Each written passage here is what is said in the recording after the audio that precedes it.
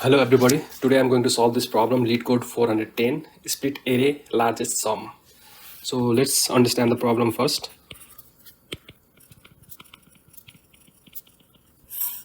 So the question is given an array nums, right? Nums is an array and a non which has non-negative integers and an integer m. So you can split the array into continuous non-empty continuous subarrays. So basically, if nums is a big array, we have to divide this array into different subarrays, and we have to return the largest sum among these m subarrays. So whichever subarray has the largest sum, we have to return that. So and we have to try to minimize the largest sum. So given an example, 7 2 5 10 8, which is the nums array, and we have a number m equals to 2. So we need to divide this array into two halves, and we need to try to minimize the sum of the largest subarray and return the sum of the largest subarray. So let's go through the example, right? So if we divide the number from if we divide this array from here, this half sum would be 7 and this half's sum would be 25, right? So far we have 25 is the largest sum of the subarray when this array is divided. So if we don't divide this array from here and we divide the array from here in the second position, so this becomes 9 and this becomes 23. So this is the minimum, this is still largest among the subarrays, but this is the minimum sum. We have reduced 25 to 23, so this is the new answer. So if we don't divide it by here, and if we divide this array by here, then this increase to 14 and this array decrease to 18. So out of these sums, 18 is the largest and this is smaller than 23. So far our answer is 18. So if you don't divide this here and if we divide the array here, this sum will increase to 24 and this sum will decrease to 8. So now this has become the largest array among the sum of the subarrays, right? So 24 is larger than 18, so our answer will be 18. So we have to return 18 at the end. So this is the way, like, we have to divide the array into different subarrays, which is continuous. We cannot edit this original array, and we need to return the largest sum among these subarrays, and we need to minimize the largest sum while we are dividing it. So how do we do that? This is a leetcode hard problem, so obviously it's gonna be a little bit difficult, but let's think about it. So one way that comes right to the mind is, let's say this array 7 2 5 10 8, right? So as we just did, right, we can just go on dividing this array and then keep updating our answer. That is one way, but then we did it for m is equals to 2. So it's very easy to think about this problem when m is just 2, right? What we did was very easy because m was very less. So if m is really big, then it's very difficult to write a code to do that. For example, let's say the length of this array is 100 and m is equals to 10. How are we going to write the solution for that?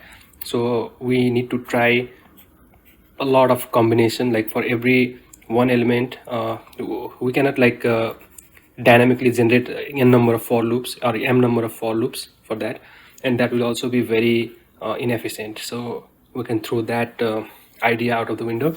Now let's go to the second solution. The second solution is, we should always think about, like, can we simplify this problem, or can we divide this problem in such a way that can we divide it into smaller sub problems, and does this problem have a edge case or a trivial case? So let's see. For example, so let's say if m is equals to 1, in that case, I mean, there is we cannot divide this array any further, right? So in that case, the answer will be the sum of the array. because that will be the sum of the largest array, right? But if answer is equals to n, in this case, what will be the sum? What will be the answer? The answer will be max of the elements in array, because there is no way we cannot divide this array any further. When we do m divisions and the length is equals to m, there will be m subarrays that we can make out of this array, and each subarray will have only one element. So we can like just return the maximum element of that array, because that will be the maximum sum of the maximum sum of the subarrays. So these are the trivial cases. Can we use this in such some way that we can solve this problem, right? So let's think about it for some time. Can we use these trivial cases, and can we like design an algorithm where we subdivide this problem or simplify this problem, and we go on reducing these problems until we reach this edge case, and then build our solution from there, right? That is one way to think about these problems.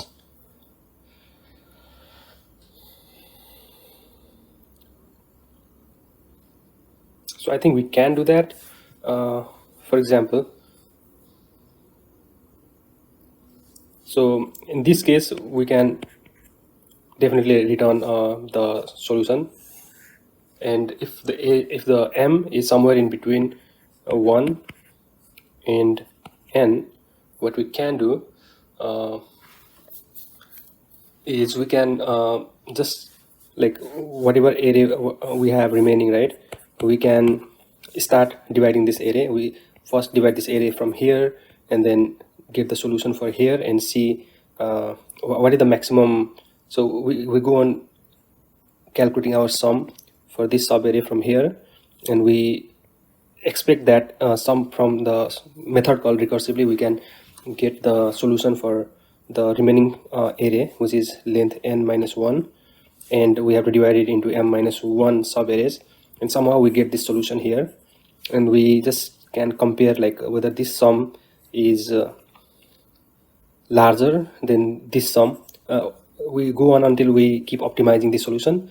Once like it reaches it doesn't get optimized anymore, we stop. And if we do that, this subarray also the same formula will be applied until somewhere it will reach these two conditions, and yeah, we can return that, and we can build our solution on top of that. So this is a DP problem. This approach is the DP approach, where we utilize these edge cases or the trivial cases, and we divide this problem into sub problem. We memorize we keep on memorizing the incremental solution, and then we use that to build our solution, right? So this is one way. Another way would be, is there any other way? Like, so this has some complexity which we'll calculate.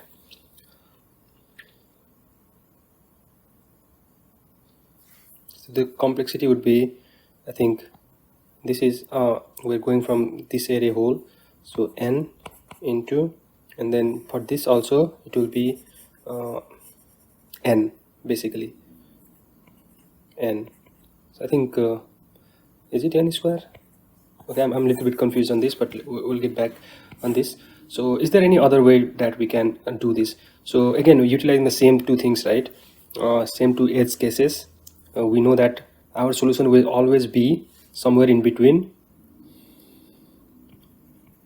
max and sum of array. So depending on the array, our solution will always be somewhere in between these two values, right?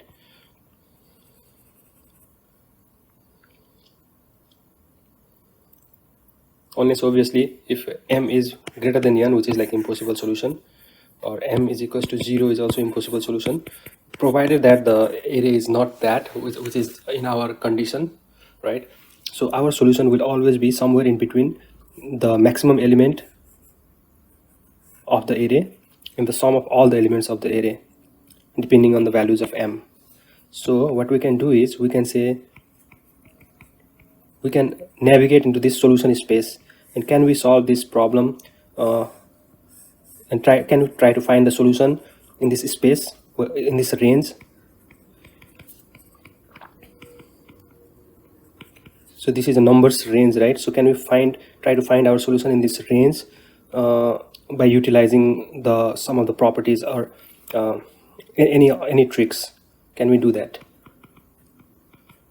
I think we can, because let's say we take any random number m in this solution space, right? The answer can be anywhere in between this space, and the answer is going to be integer, because all the numbers are integer. So the sum of the maximum sum of the subaverage is always going to be an integer. So m can be any element in between these two. So if we, let's say we pick some random number m, and we say like how many parts this m, let's not say m, let's say mid, let's say some value mid, because we already have m here. So if we have some value mid, and we say that we see like how many values this mid divides this original array, such that none of the sum of the sub array does not exceed the value mid. If we do that, we see that let's say if we pick some value mid, it divides this array into let's say x times, right? Because let's say this example. So 7, 2, 5, 10, 8. We know that our solution will always be somewhere between 10, which is the maximum element in this array, and 10, 8, 18, 25, 37. So our solution will always be between these two numbers. And let's say we pick some random number, let's say 20, right? Now we need to check if we pick 20 is the possible solution, how many parts will this 20 divide this array into. So if we see how can you see that, so we start dividing the array, we go on summing the array until it does not exceed 20. So 7, 9, 5, 14, and if we include this, it will be 24. So it will be over 20. So it will divide the array into 1, and then it will divide the array into 18. So this is 2. This is how, if you choose 20, and 20 will divide this array, right? So this is one solution. But so we know that 20 divides the array into 2 parts, which is equals to m, right? So it does not like violate how many parts we are trying to divide this array. So we say that 20 is the possible solution, but we want to find the minimum sum that divides this array into 2 subarrays, right? So we say we put our right pointer to 20, and our left pointer is still in 10, right? So we reduce our solution space from 10 to 20. So we know that now our solution lies somewhere between 10 and 20. So again, we pick some random number, let's say 15, and we try to see like how many parts this 15 divides this array. So again, it's the same, but this subarray will be same, because this is 14. If we put 10 and 8, it will be 18, so it will be more than 15. So it will be this subarray, this will be a single subarray, and 8 will be a single. So it is dividing into 3 parts, which is more than how many parts we want the array to be divided. So we know that 15 is not the solution, so we move our left pointer to 16. So our solution space reduced from 16 to 20, right? So we know that our solution lies somewhere between 16 to 20. So if we keep doing this, right, we'll ultimately reach a minimum position in the right or left. After that, the left and right will cross each other, and we cannot there is no more space in between left and right. So in that case, we know that that is the solution. That is the minimum number that divides the array into exactly m parts. So that I think is more efficient, because if you think about it, seeing this operation, like how many parts this value divides the array, that is n, and we are searching if we can do a binary search where we divide the array solution space into half every time. So solution space is directly like proportional to the values n, let's say. So this way our complexity will be n log n, or if we want to be more accurate, it will be n log x, where x is the difference between the maximum value and the sum of the array, right? So yeah, with this understanding, let's try to code the solution. We'll try both of these solution and see like which solution works better.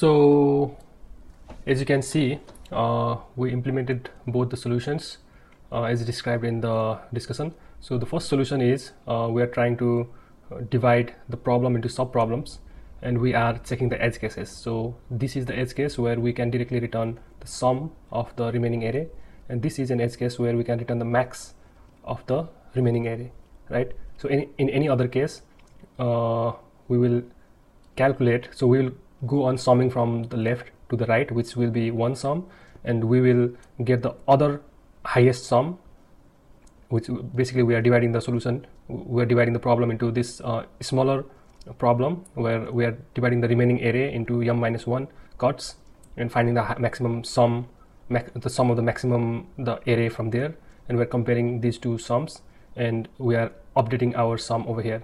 So this is how, and to avoid the calculations, we are memoizing where we are dividing m parts, and which starts with this position. So what will be the solution is what we are memorizing to ease our solution. So this way we got almost 500 milliseconds, but it was resolved and it is way more complicated. The second solution was just to find out what is the range in which our solution lies, and like intelligently search in that range. And how do we search it? We say our solution lies somewhere between left and right. So, and these are the edge cases. If we made the edge cases, we immediately return. And if our m lies somewhere between 1 and nums.length, then we, like every time we divide the array into half by saying that by calculating some mid value, and we check how many parts this mid value calculates, which is basically like if we divide the subarray, any subarray should not exceed, the sum of that subarray should not exceed the mid value. As soon as it exceeds, we start that belongs to a new subarray, right? So that way we can find out like how many subarrays this mid value will cut the array into, and we use that value to intelligently say that our solution lies on the left part or the right part.